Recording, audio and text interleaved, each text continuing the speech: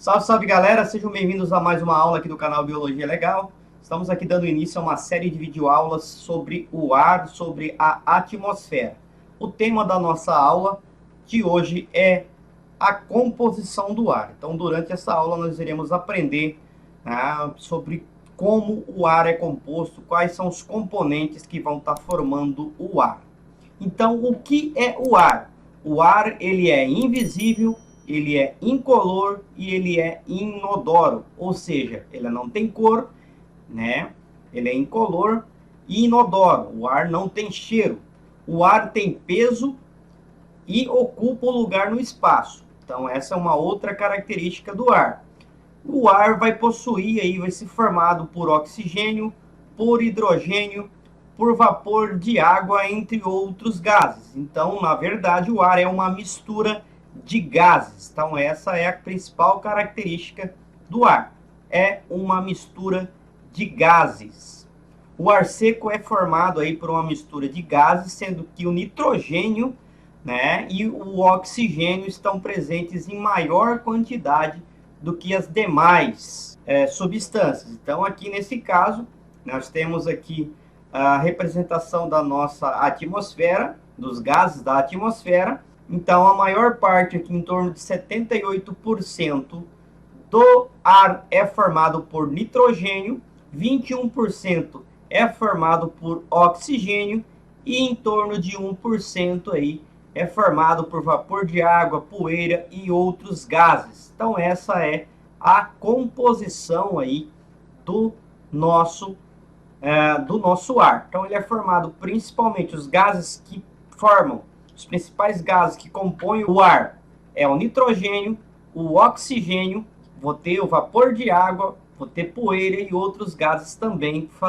compondo aí o nosso ar. O gás carbônico, conhecido aí como dióxido de carbono, ele é muito importante na composição da nossa atmosfera.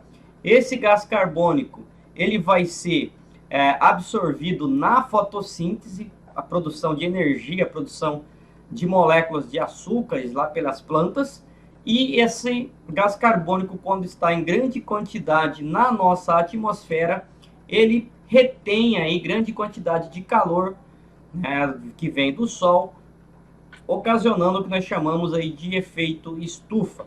Então, o efeito estufa é esse calor que vai ser retido aqui pelo gás carbônico, pelo dióxido de carbono, né, que vai estar fazendo parte também aqui da nossa atmosfera, do nosso ar. A temperatura média do planeta, tá, com a atmosfera é em torno de 15 graus Celsius, uma média, né? E sem atmosfera tem uma estimativa que a temperatura média do planeta seria aí de menos 15 graus Celsius. A atmosfera funciona então como um vidro aqui dessa estufa, mantendo a temperatura do planeta estável, né, em torno dos 15 graus Celsius, né, de média, o que permite a vida.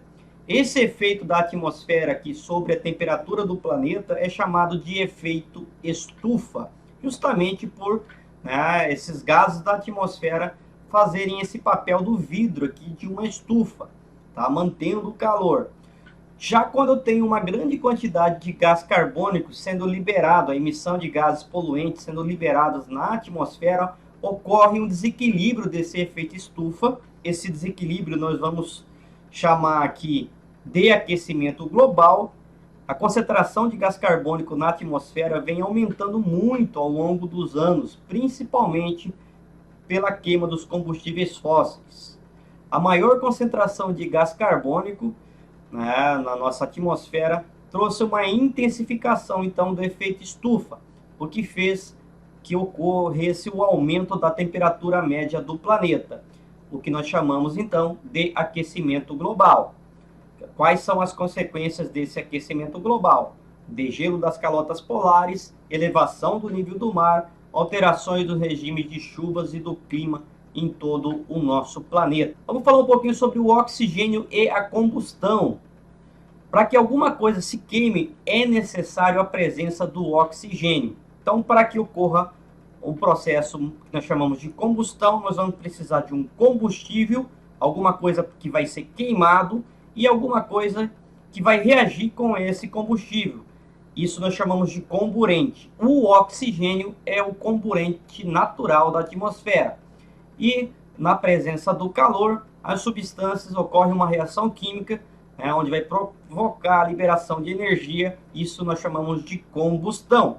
Então, o processo de queima é chamado de combustão e o oxigênio vai se combinar com outras substâncias, liberando nessa reação de combustão uma grande quantidade de calor em um curto espaço de tempo.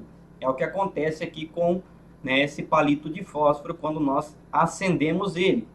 A substância, então, que queima é o combustível e o gás oxigênio é o que nós chamamos de comburente. Então, é muito importante essas denominações. Sem o comburente, eu não consigo ter a combustão. A combustão é uma reação química, então, que depende da interação do combustível com o comburente, que no caso da atmosfera é o nosso gás oxigênio.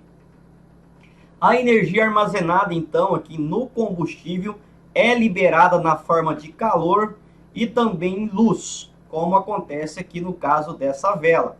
Na combustão, os combustíveis são transformados em outras substâncias. Além de formar luz e formar o calor, esse combustível vai formar gás carbônico e vapor d'água. Tá? Então, esses são os produtos aqui dessa reação química chamada de combustão entre o combustível e o oxigênio, que é o comburente. Quase todos os seres vivos vão usar o oxigênio aí para liberar a energia contida nos alimentos em um processo celular chamado de respiração celular aeróbia, que vai acontecer geralmente nos seres eucariontes, que nem nós, acontece lá dentro das mitocôndrias, que são organelas celulares. Lá nas mitocôndrias, a glicose vai reagir com o oxigênio, produzindo gás carbônico e água, e nesse processo ocorre a liberação de energia. Então, isso é algo parecido com o que acontece na combustão. A diferença é que aqui, nessa reação da glicose com oxigênio dentro das células, ocorre uma liberação de energia muito devagar, tá? Liberando energia na forma de energia química, chamada de trifosfato de adenosina, uma moedinha, uma molécula energética. Os seres que não podem viver sem oxigênio, nós chamamos de seres aeróbios. Então, nós necessitamos de oxigênio, nós somos seres aeróbios.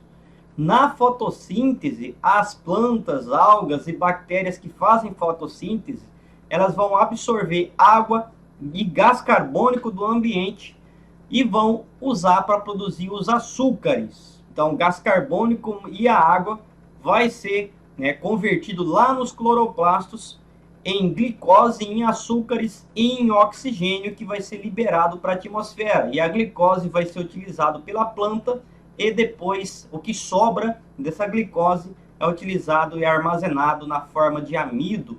Vamos falar um pouquinho sobre a destruição da camada de ozônio. O uso de gases chamados clorofluorocarbonetos ou CFCs em produtos aí como nos sprays de inseticida, desodorantes, causa alguns problemas. Esses CFCs, os clorofluorocarbonetos, vão reagir com os raios infravermelhos lá com o gás ozônio e vai fazer uma interação aí com esse gás ozônio formando e o oxigênio formando o que nós chamamos de buraco na camada de ozônio. Então, nesses buracos da camada de ozônio, os raios ultravioletas vão estar passando em maior quantidade, o que vai trazer prejuízo à saúde e à agricultura e aos ecossistemas. A nossa saúde, esses raios ultravioleta conseguem entrar com maior facilidade, chegando à nossa pele, causando alterações, causando câncer de pele, por exemplo, prejuízo à nossa saúde.